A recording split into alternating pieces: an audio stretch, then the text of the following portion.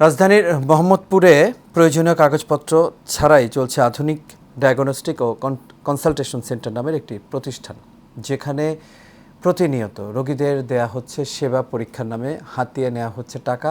প্রতিষ্ঠানটির পরিচালক মিলন জানান, কয়েকদিন আগেও বিভিন্ন হাসপাতালে চাকরিরত কয়েকজন মিলে এই প্রতিষ্ঠানটি পরিচালনা করেছেন।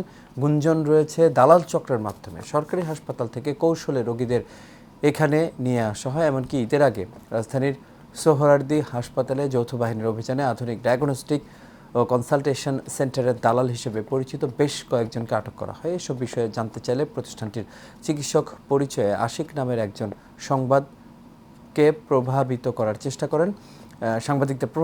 চেষ্টা করেন। এই প্রতিষ্ঠানের রাসেল, আমির, রাহান সহ বেশ কজনের বিরুদ্ধে সংঘবদ্ধ দালাল চক্র নিয়ন্ত্রণের অভিযোগ রয়েছে। এর সঙ্গে জড়িয়েছে সোহরাওয়ার্দী হাসপাতালের একজন চিকিৎসকের সহকারীর নামও।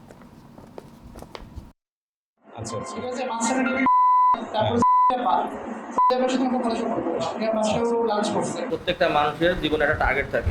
আমি ভাই 5,000 টাকা বেতনে চাকরি করতাম।